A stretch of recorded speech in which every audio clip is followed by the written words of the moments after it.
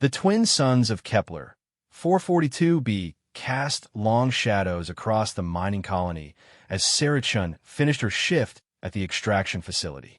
Her weathered hands, scarred from years of working with industrial equipment, carefully removed her protective gear.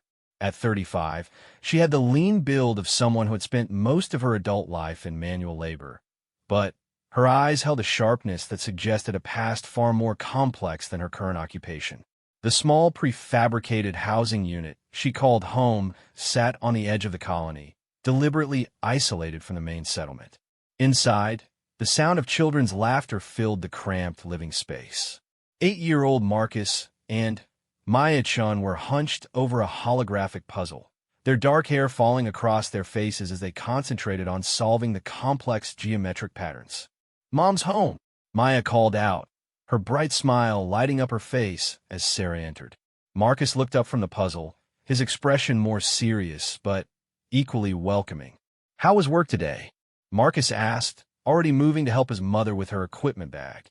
Even at 8, he showed an unusual level of maturity and awareness of their circumstances.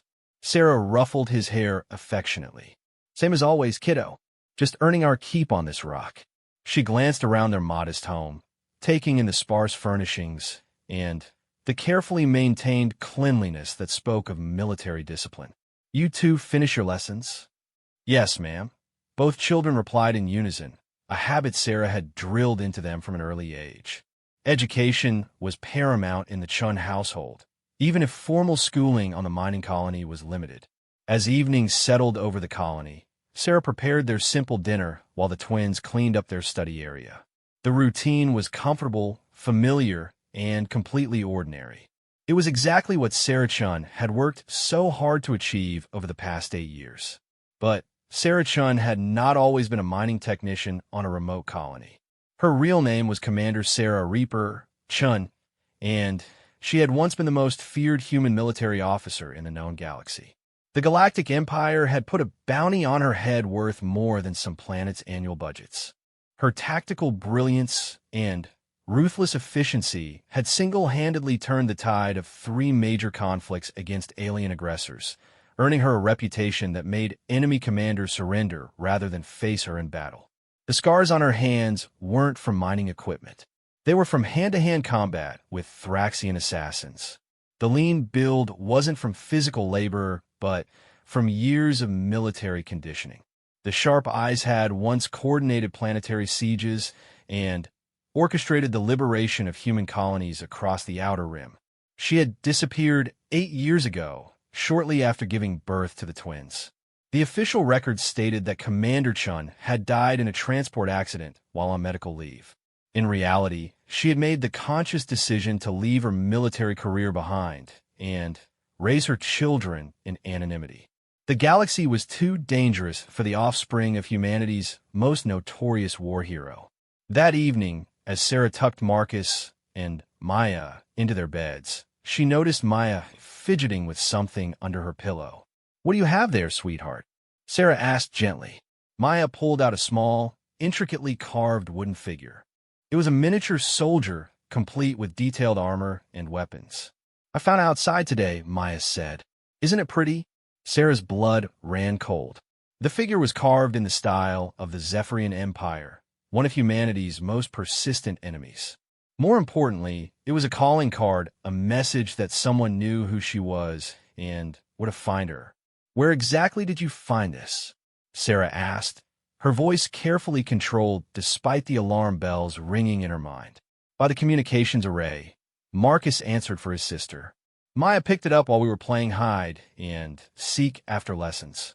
Sarah took the figure and examined it closely. Carved into the base, almost invisible unless you knew where to look, were coordinates. Someone was inviting her to a meeting. "I want you both to stay inside tomorrow," Sarah said firmly. "No playing outside until I say it's safe." "But, Mom," Maya started to protest. "No arguments," Sarah cut her off, using the tone that had once commanded fleets of warships. Both children immediately fell silent, recognizing the authority in her voice even if they didn't understand its source. That night, after the children were asleep, Sarah retrieved a small metal box from its hiding place beneath the floor of their home. Inside were items from her former life: encrypted communicators, classified data chips, and a single weapon, a plasma pistol that had never failed her in combat. She activated one of the communicators and sent a coded message to an old contact, someone she hadn't spoken to in years. The reply came back within minutes. "Your cover is blown. They know about the children. Extract immediately." Sarah's hands trembled as she read the message. 8 years of careful anonymity, of building a quiet life for her children, had been shattered in a single day. She looked toward the twins' bedroom, where Marcus and Maya slept peacefully, unaware that their world was about to change forever. The next morning dawned gray and overcast, matching Sarah's mood as she prepared breakfast with mechanical precision. She had spent the night planning their escape route, identifying potential safe houses, and preparing contingency plans. Every instinct told her to pack up immediately and run, but she needed more information first. "I have to go into town today," she told the children as they ate. "I want you to stay here and keep the doors locked. If anyone comes to the house besides me, you hide in the emergency bundle we practiced, understand?" Both children nodded solemnly. They had grown up with emergency drills and safety protocols, thinking it was normal for families to have hidden bunkers and escape routes. Sarah had told them it was because of the dangerous wildlife on the planet. The coordinates from the wooden figure led to an abandoned mining shaft on the outskirts of the colony. Sarah approached cautiously, every sense alert for potential ambushes. The plasma pistol was concealed beneath her work jacket, ready for instant use. A figure emerged from the shadows of the mine entrance, tall, pale, with the distinctive elongated features of a Zephyrian. But this one wore civilian clothes and held his hands visible and empty. "Commander Chun," the alien said in accented standard. "I am Ambassador Vexhal of the Zephyrian Diplomatic Corps. I come under a flag of truce."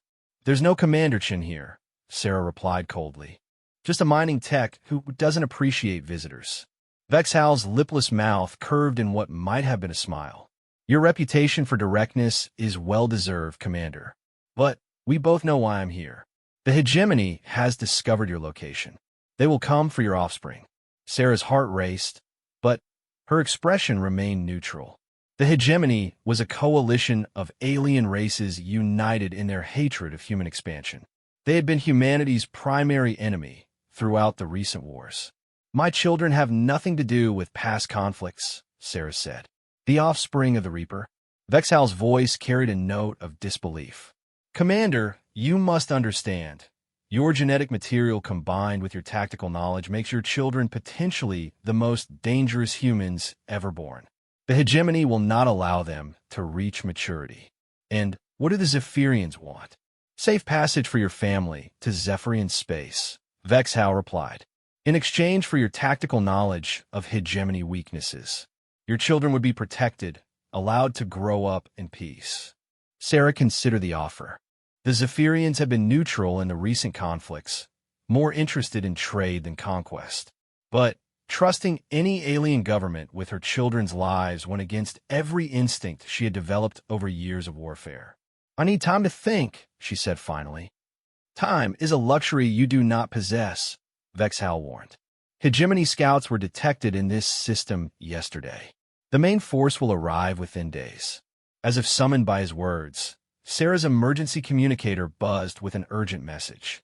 Her blood turned to ice as she read it. "Package secured. Proceeding to extraction point." Someone had taken her children. Sarah's transformation from anonymous mining tech to lethal military commander was instantaneous and terrifying to witness. The plasma pistol appeared in her hand so quickly that Vexhal barely saw the movement. "Where are they?" she demanded, her voice deadly calm. "I swear to you, this was not our doing," Vexhal said, backing away slowly. "The Zephyrian government seeks alliance, not conflict with humanity." Sarah believed him. The message had been sent from an imperial frequency. The Galactic Empire, humanity's supposed allies who had grown increasingly suspicious of human military capabilities. "The Empire," she said, pieces falling into place. "They think they can use my children as leverage against me." She turned and began running back toward the colony, her mind already shifting into combat mode. Behind her, Vexal called out, "Commander, if you assault an Imperial facility, it will mean war between our species." Sarah didn't slow down. "Then, tell your people to stay out of my way," she shouted back. By the time she reached her home, it was too late. The house had been ransacked, signs of a struggle evident in the overturned furniture. Her children's emergency bunker had been discovered and breached. Imperial boot prints in the dust told the story of a professional extraction team, but they had underestimated their targets. In Maya's bedroom, Sarah found a small trail of breadcrumbs leading toward the window, a signal she had taught the children years ago. Marcus and Maya had been conscious and thinking during their capture. They were leaving her a trail to follow. Sarah gathered her hidden weapons and equipment, transforming from protective mother back into the galaxy's most dangerous human. The Empire had made a catastrophic mistake. They had taken the children of someone who had once held their capital world under siege for 6 months. Someone who had personally killed 3 alien heads of state. Someone who had earned the nickname Reaper by leaving entire enemy fleets as floating debris. They thought they were kidnapping 2 helpless children to use against a retired mining worker.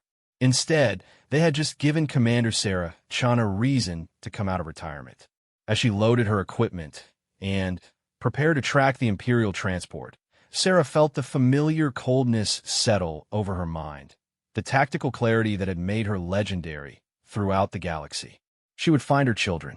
She would bring them home safe. And anyone who stood in her way would discover exactly why the Galactic Empire's enemies had nightmares about the Reaper. The hunt was about to begin. The Imperial detention facility orbited the gas giant Zirian Prime, a massive structure designed to hold the galaxy's most dangerous prisoners. Admiral Thorn Vasiliev stood before the observation window of his command center, watching the swirling storms of the planet below. His weathered face bore the scars of 30 years serving the Galactic Empire, and his steel-gray eyes reflected the calculating mind of a career military officer. "Sir, the extraction team has returned with the packages," reported his aide, Lieutenant Commander Hayes. Vasiliev turned away from the window. "Excellent. Have them brought to the secure wing. I want to see what makes the Reaper's offspring so special." The children had been transported in a state of artificial sleep, standard procedure for high-value prisoners.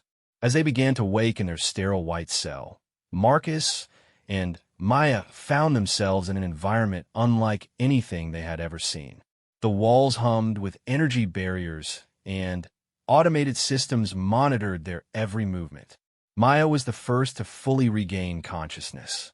At 8 years old, she possessed an intuitive understanding of people and situations that often surprised adults.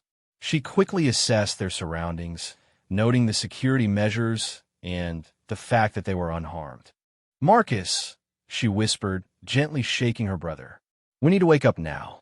Marcus opened his eyes slowly, his analytical mind immediately cataloging details about their prison. Unlike his sister's intuitive approach, he processed information logically, looking for patterns and weaknesses. Even at 8, he displayed the methodical thinking that would have impressed military strategists. "We're on a ship," he said quietly, feeling the subtle vibrations through the floor. "Big one, military grade by the sound of the engines." "Mom taught us what to do if we were ever captured," Maya reminded him. "Remember the stories about prisoners of war?" Marcus nodded. Sarah had disguised tactical training as bedtime stories, teaching them about resistance, survival, and keeping hope alive in captivity. They had thought they were just entertaining tales about brave soldiers. Now they realized their mother had been preparing them for this possibility their entire lives. First rule, Marcus recited quietly: gather information, learn about our captors, the facility, and find potential allies. Second rule, Maya continued: never give up hope. Someone is coming for us. What the Imperial forces didn't know was that Sarah's training had been far more comprehensive than simple bedtime stories. She had been teaching her children advanced tactical thinking, situational awareness, and survival skills since they were old enough to walk. The twins possessed an understanding of military strategy that would have been impressive in adult officers. Admiral Vasilyev entered their cell block accompanied by a team of scientists and psychologists. He looked down at the two children with a mixture of curiosity and suspicion. "I'm Admiral Vasilyev," he said formally. "You are now under the protection of the Galactic Empire." "Protection from what?" Maya asked innocently, her large eyes wide with apparent confusion. Vasilyev studied her carefully. "From those who would use you for your mother's crimes against galactic peace." Marcus stepped slightly in front of his sister, a protective gesture that didn't go unnoticed by the Admiral. "Our mom works in the mines," he said. "She never hurt anyone." "Your mother," Vasilyev said slowly, "is Commander Sarah Chun, known throughout the galaxy as the Reaper. She is responsible for the deaths of millions of sentient beings and the destruction of entire star systems." The children exchanged glances, their expressions showing what appeared to be genuine shock and disbelief. But behind their eyes, pieces of a puzzle were falling into place. The emergency drills, the combat stories, the way their mother moved with lethal grace when she thought they weren't watching. It all made sense now. Dr. Elena Vasquez, the facility's chief psychologist, stepped forward. "Admiral, perhaps we should allow the children time to process this information. The trauma of learning about their mother's true nature, no trauma necessary." Marcus interrupted, his young voice carrying an odd note of authority. "We'd like to know more about our mother's military service." Vasilyev raised an eyebrow. Most children would be crying or in denial upon learning their parent was a war criminal. These two seemed almost interested. "Very well," he said. "Dr. Vasquez will conduct interviews to assess your psychological state. We need to understand what capabilities you might have inherited." Over the following days, the twins were subjected to a battery of tests. Psychological evaluations, intelligence assessments, and careful observation of their behavior patterns. What the Imperial scientists discovered both fascinated and alarmed them. Marcus demonstrated an intuitive understanding of military logistics that border on the supernatural. When shown holographic battle scenarios, he could identify optimal strategies within minutes. His mind processed complex tactical situations with the efficiency of a quantum computer. Maya displayed an almost supernatural ability to read people's motivations and predict their actions. During psychological interviews, she often answered questions before they were fully asked, and her insights into human behavior were unsettling in their accuracy. Dr. Vasquez compiled her reports with growing concern. "Admiral, these children aren't just gifted, they're potentially dangerous. Their cognitive abilities in strategic thinking and behavioral analysis are off the charts." "Dangerous how?" Vasilyev asked, reviewing the data. "If they receive proper military training, they could become battlefield commanders by their teens. Their genetic inheritance from the Reaper, combined with what appears to be extensive early education and tactical thinking, makes them potentially more capable than most adult officers." Vasilyev pondered this information. The Empire had originally planned to use the children as leverage against their mother, but perhaps they could serve a greater purpose. Properly indoctrinated, they could become powerful assets for Imperial forces. Meanwhile, in the depths of space, Sarah Chun was tracking her children with the relentless efficiency that had made her legendary. Using contacts from her military days and calling in favors that some people had hoped never to pay, she had identified the Imperial facility holding Marcus and Maya. Her small, heavily modified ship Ghost of Arcturus hung in the shadow of an asteroid field, its advanced stealth systems keeping it invisible to Imperial sensors. Sarah sat in the pilot's chair, studying holographic displays of the detention facility's defenses. Orbital defense platforms, automated weapon systems, and a full garrison of Imperial Marines, she murmured to herself. "They're not taking any chances." Her fingers danced across the control panels, calling up tactical data she had memorized years ago. The facility had been designed to hold the galaxy's most dangerous criminals. Breaking in would require more than stealth and skill. It would require the kind of audacious plan that had made her reputation. But Sarah Chun had advantages the Imperial designers hadn't considered. She had helped plan the facility's security protocols during the war, when humanity and the Empire were still allies. She knew every weakness, every blind spot, every system vulnerability. More importantly, she knew her children. Marcus and Maya weren't helpless victims. They were Sarah's children, and she had trained them well. By now, they would be gathering intelligence, looking for opportunities, and preparing to act when the moment came. Back in the detention facility, the twins had learned the layout of their section and identified several key personnel. Maya had charmed information out of guards with her innocent questions, while Marcus had observed security procedures and shift changes with methodical precision. Guard rotation happens every 6 hours, Marcus reported during one of their private conversations.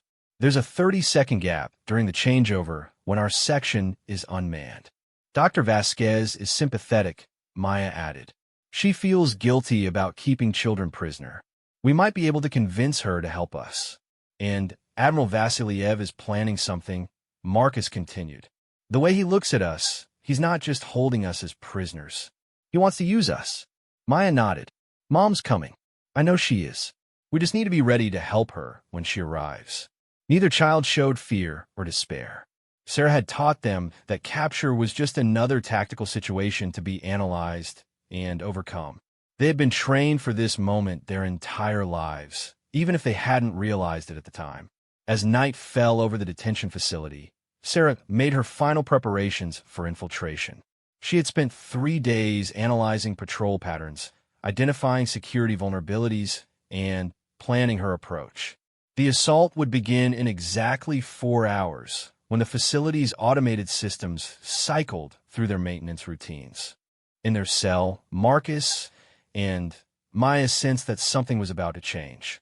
They couldn't explain how they knew, but both children felt a familiar presence approaching, the same instinctive awareness that had kept them safe during dangerous situations on the mining colony.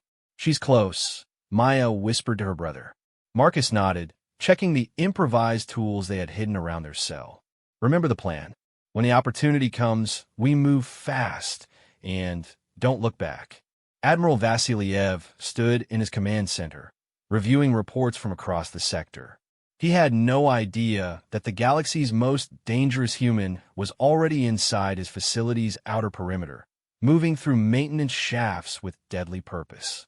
The Reaper was coming for her children, and the Galactic Empire was about to learn why some legends were better left undisturbed. In less than 4 hours, the detention facility would become a battlefield. The twins were ready. Their mother was ready. The only question was whether the Imperial forces would survive the encounter with a parent whose tactical brilliance was matched only by her protective fury. The rescue was about to begin, and nothing in the galaxy would stop Sarah Chun from bringing her children home. The maintenance shaft was barely wide enough for an adult human, but Sarah Chun moved through it with the fluid grace of someone who had spent years navigating hostile territory. Her modified combat suit regulated her body temperature to match the surrounding metal, making her invisible to thermal sensors. Every tool and weapon she carried had been selected for maximum efficiency in confined spaces. Above her, the detention facility hummed with routine activity. Guards walked their patrols, automated systems cycled through their programs, and thousands of prisoners remained locked in their cells. None of them suspected that death itself was crawling through the walls. Sarah paused at a junction in the shaft system, consulting the holographic map projected by her wrist display. Her children were being held in Section 7, the facility's highest security wing. Getting there would require passing through 3 security checkpoints, each with different protocols and defensive systems. But Sarah had advantages beyond her tactical knowledge. During the war, she had developed a network of intelligence assets throughout the galaxy, people who owed their lives to her intervention during various conflicts. Many of them now worked in Imperial facilities, and their loyalty to the Reaper ran deeper than their allegiance to any government. Her communicator vibrated with an incoming message. Package location confirmed. Security rotation in 30 minutes. Window will be brief. Sarah smiled grimly. Her assets were in position. In Section 7, Dr. Elena Vasquez was conducting her evening rounds when she noticed something unusual. The children's cell showed signs of recent activity. Not escape attempts, but careful modifications to their environment. Marcus had somehow repositioned furniture to create better sightlines and defensive positions. Maya had arranged personal items in patterns that seemed random, but felt deliberately communicative. Remarkable, Vasquez murmured. These weren't the behaviors of traumatized children. They were the actions of trained operatives preparing for combat. She approached their cell to find both twins sitting calmly on their beds, their posture alert and expectant. "Doctor," Maya said politely, "will you be staying late tonight?" The question seemed innocent, but something in the child's tone made Vasquez hesitate. "Why do you ask?" "Because," Marcus said matter-of-factly, "our mother is coming tonight, and we don't want you to get hurt." Vasquez felt a chill run down her spine. The children spoke with absolute certainty, as if they were discussing the weather rather than predicting an impossible rescue operation. "Marcus, the facility's security is impenetrable," she said gently. "No one can—" Dr. Vasquez, Maya interrupted, her young face serious. "You've been kind to us. Please trust us on this. Find somewhere safe to be in about 20 minutes. Before Vasquez could respond, alarms began blaring throughout the facility. Red lights flashed in the corridors, and automated voice systems announced, "Security breach in Sector 12. All units respond." This is not a drill. Admiral Vasiliev rushed to his command center, where chaos reigned among his officers.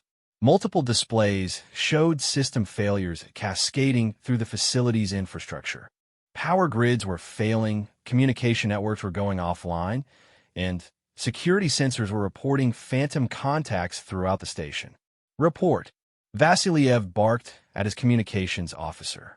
"Sir, we're experiencing simultaneous failures across multiple systems," the officer replied, sweat beading on his forehead. "It's like someone has a complete blueprint of our infrastructure." "That's impossible," Vasiliev said, but even as he spoke, he felt a growing dread. Only someone with intimate knowledge of Imperial military systems could coordinate such an attack. "Sir," another officer called out, "we're detecting movement in the maintenance shafts. Single contact, moving towards Section 7. Vasiliev's blood ran cold. Section 7 housed the Chin children. "Lock down Section 7 immediately. Deploy all available security teams." But his orders came too late. In Section 7, the lights suddenly went out, plunging the corridor into darkness.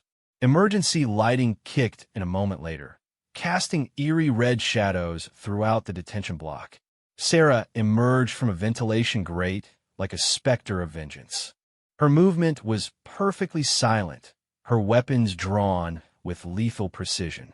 The first guard never knew what hit him, a stunner blast that dropped him unconscious without a sound. The second guard had time to reach for his weapon before Sarah's combat knife found his throat. She moved through the security checkpoint like a force of nature, neutralizing threats with surgical precision. In their cell, Marcus and Maya heard the familiar whisper-quiet footsteps they had grown up with. Their mother moved differently from everyone else, purposeful, controlled, and absolutely deadly when necessary. "Maya, Marcus," Sarah's voice came through the cell door, calm and reassuring despite the circumstances. "Stand away from the entrance." The children quickly moved to the back corner of their cell, covering their eyes as Sarah activated a plasma cutter. The reinforced door, designed to contain the galaxy's most dangerous criminals, took less than 30 seconds to breach. "Mom!" Maya cried out, rushing into Sarah's arms. Sarah held her daughter tightly for a moment, then released her to embrace Marcus. "Are you hurt?" she asked, running her hands over both children, checking for injuries with the efficiency of a combat medic. "We're fine," Marcus assured her. They wanted to study us, not hurt us. Good, Sarah said, her relief evident.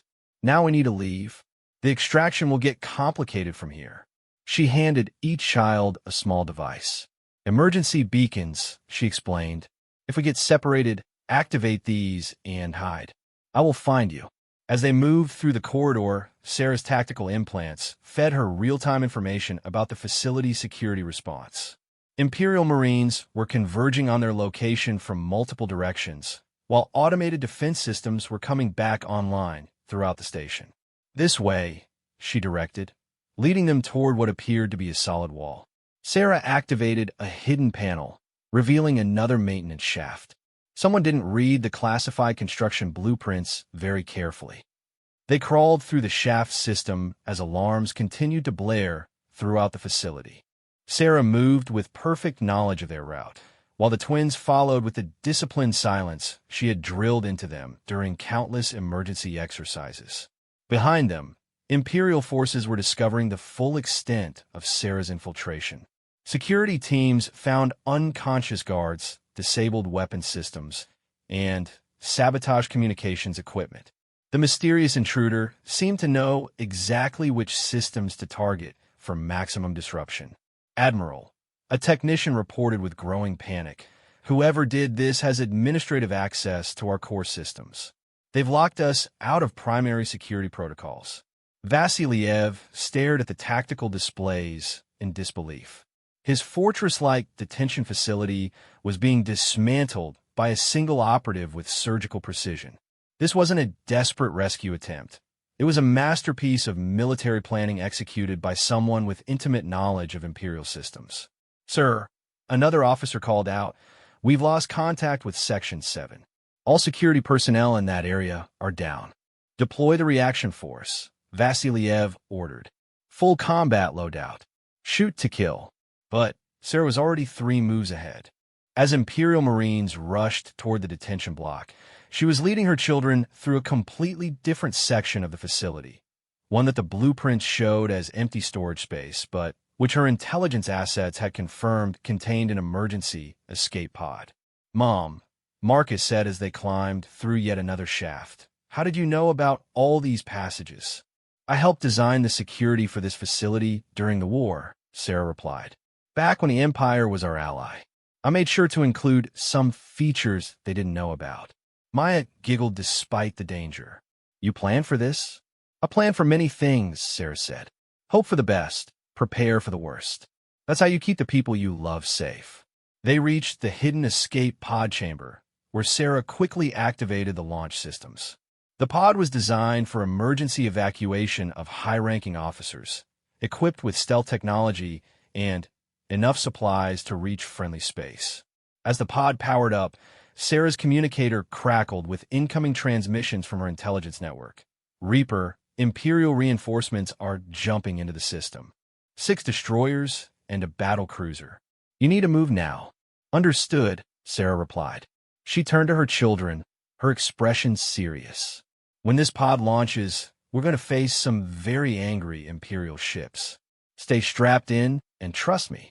The escape pod ejected from the detention facility with explosive force, its stealth systems immediately activating to mask their signature. But Admiral Vasiliev was not about to let his prisoners escape so easily. All ships target that escape pod, he ordered over the fleet communication channel. Do not let them reach hyperspace. The space around the detention facility erupted in weapons fire as Imperial destroyers attempted to track and destroy the fleeing pod. Sarah piloted the small craft with supernatural skill, weaving between energy beams and missile barges with centimeters to spare. How are they not hitting us? Maya asked, pressed back in her seat by the violent maneuvering. Because your mother, Marcus said with quiet pride, is the best pilot in the galaxy. Sarah smiled at her son's confidence as she executed a particularly daring maneuver that took them through the explosion of an Imperial missile. Your mother is also getting too old for this kind of excitement. But even Sarah's piloting skills had limits. The escape pod was designed for stealth, not combat, and the Imperial ships were closing in with overwhelming firepower. Just as it seemed they might not make it to the hyperspace jump point, new contacts appeared on the scanner. A squadron of sleek fighters emerged from hyperspace, their hulls bearing the markings of the Free Human Alliance. Sarah's old unit had come to extract their former commander.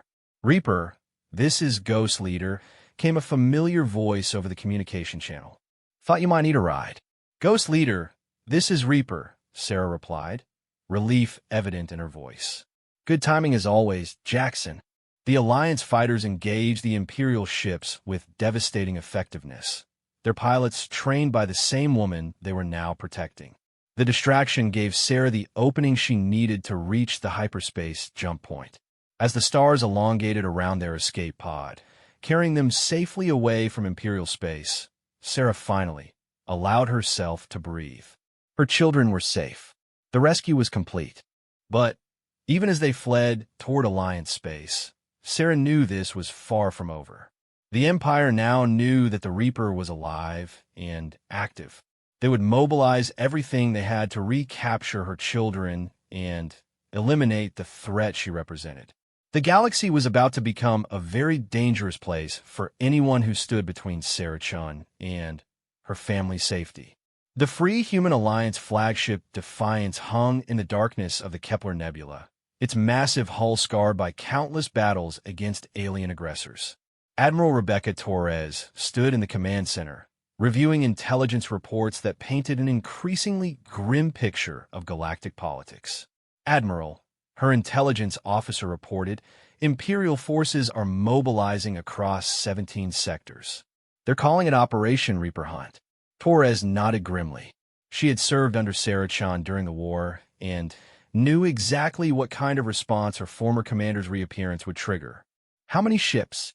"Conservative estimate? 200 vessels, including their newest battle cruisers. They're treating this as a Class Alpha threat to Imperial security." In the Defiance's secure quarters, Sarah sat with Marcus and Maya, finally able to have the conversation she had hoped to avoid for several more years. The twins listened intently as their mother explained the truth about her past, the war that had shaped the galaxy, and why their lives would never be the same. "So you really did fight all those battles?" Maya asked, her eyes wide with fascination rather than fear. "I did," Sarah confirmed. "And I made a lot of enemies. That's why we had to hide, why we lived such a quiet life on the mining colony." Marcus processed this information with his characteristic methodical approach. "The Imperial files said you were a war criminal. Were you?" Sarah considered the question carefully. Her children deserved honest answers, not comfortable lies. "I killed a lot of people, Marcus. Sometimes in battle, sometimes to protect human colonies from alien attacks. History will judge whether those actions were justified." "But you stopped," Maya observed. "You gave up fighting to take care of us." "The most important battle I ever fought," Sarah said, pulling both children close, "was the decision to be your mother instead of a soldier." Their reunion was interrupted by Admiral Torres entering the quarters. "Sarah, we need to talk. The situation is escalating faster than we anticipated." Sarah followed Torres to a secure briefing room, where holographic displays showed the massive Imperial fleet deployment. But more troubling were the reports from across human space. Alien governments were mobilizing as well. "The hegemony sees this as an opportunity," Torres explained. "With Imperial forces focused on hunting you, they're preparing to launch coordinated attacks on human colonies. The Zephyrians are offering military support, but only if you agree to their earlier proposal." "And the Thraxian Confederacy?" Complete radio silence, Torres said ominously. "Which means they're planning something big." Sarah studied the tactical displays, her mind automatically calculating fleet positions, supply lines, and strategic objectives. Even after 8 years of retirement, she could read the developing situation like a familiar book. "They're all making the same mistake," she said quietly. "What mistake?" "They think this is about me," Sarah replied. "It's not. It's about protecting human space from alien aggression. The Empire just gave every hostile alien government an excuse to attack, while our forces are divided." Torres leaned forward. "Sarah, The Alliance Council is prepared to offer you full command authority over our fleets. With your tactical knowledge and the reputation of the Reaper, we might be able to coordinate an effective defense."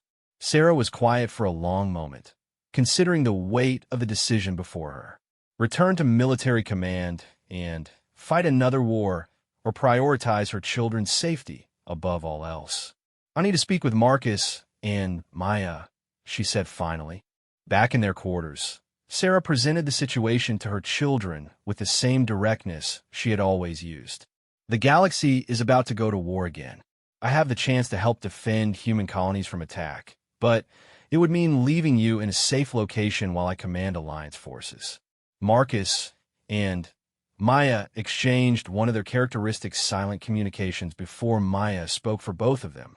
"Mom, when you told us stories about brave soldiers, you always said they fought to protect the people they loved.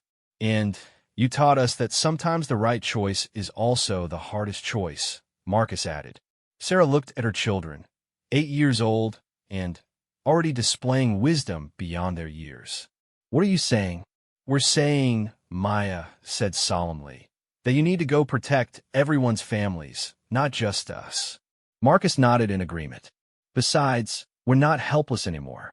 We know who we are now and what we're capable of. We can help." "Absolutely not," Sarah said immediately.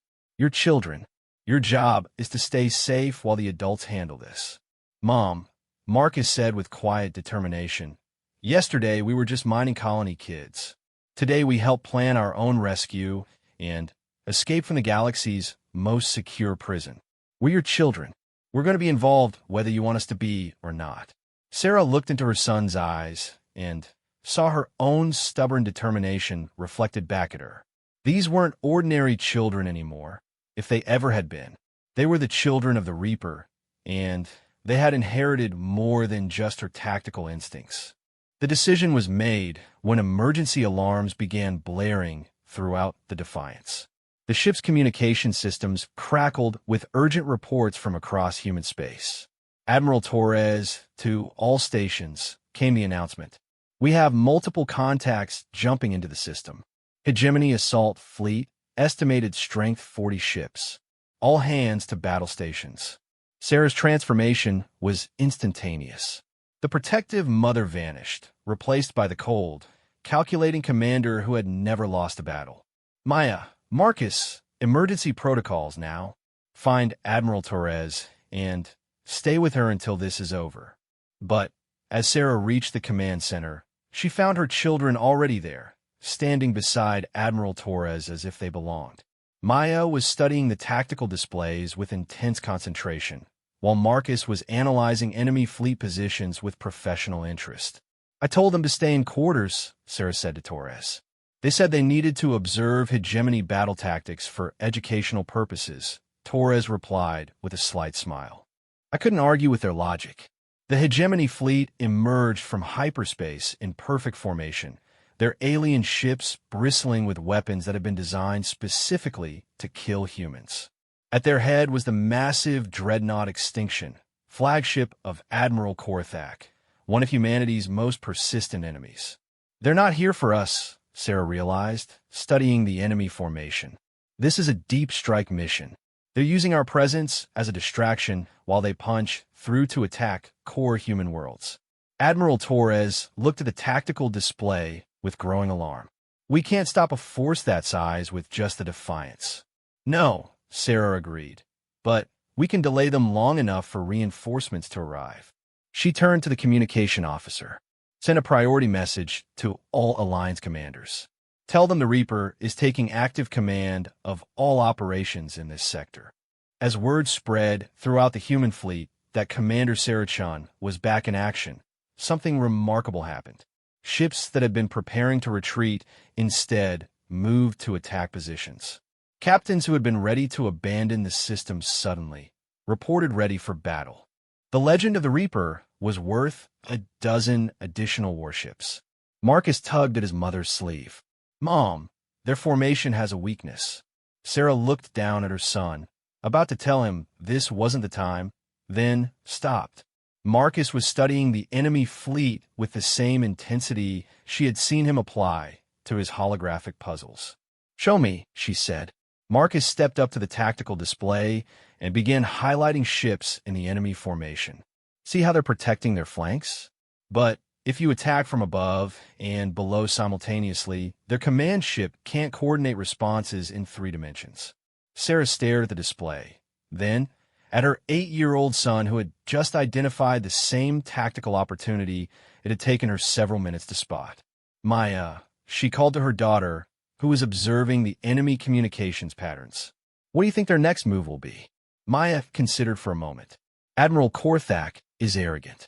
He'll want to destroy us personally before continuing to his main target. He'll try to intimidate us with a show of overwhelming force first." As if summoned by her words, the Hegemony Fleet's communications system activated. The alien face of Admiral Korthak appeared on the main screen, his scaled features twisted in what might have been a smile. "Humans of the Alliance vessel," Korthak spoke in heavily accented standard. "You are outnumbered and outgunned. Surrender now, and your deaths will be swift." Sarah stepped into view of the communication pickup, and she saw Korthak's expression change to one of shocked recognition. "Hello, Korthak," she said calmly. "Ready for another lesson in human tactics?"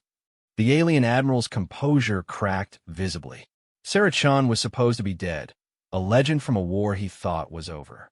Seeing her alive and in command shattered his confidence in an instant. "Impossible," he whispered.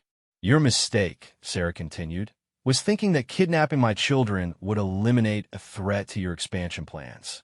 Instead, you've just reminded me why humans fight alien aggression in the first place." She gestured to her children, who stepped into view beside her. "Korthak, meet Marcus and Maya Chun. They're 8 years old, and they've already identified 3 critical flaws in your battle formation." The alien admiral stared at the human children in disbelief. They looked back at him with calm assessment, showing no fear despite facing one of the galaxy's most notorious alien commanders. "Children," Korthak sneered, trying to regain his composure. "You would hide behind offspring?" "Hi!" Maya stepped forward, her young voice carrying surprising authority. "Admiral Korthak, we're not hiding. We're learning. And what we've learned is that alien commanders consistently underestimate human determination when our families are threatened." Marcus nodded in agreement. "Mathematical analysis suggests your fleet has a 47% chance of tactical success under normal circumstances. But you're not fighting normal circumstances. You're fighting humans who are protecting their children." Korthak's confusion was evident as he struggled to process children who spoke like military strategists. "What manner of abomination?" "The future," Sarah interrupted. "A generation of humans who will never accept alien domination. You wanted to eliminate a threat to your expansion? Congratulations. You just created 2 more. Sarah cut the communication and turned to Admiral Torres. "Signal the fleet. We implement the Chun maneuver in 3 minutes." Torres smiled grimly.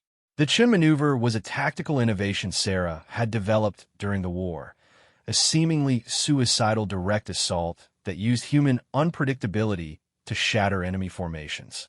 "All ships, this is Admiral Torres," she announced. "Prepare for Chun maneuver on the Reaper's mark." Across the human fleet, veteran captains felt their hearts race with anticipation.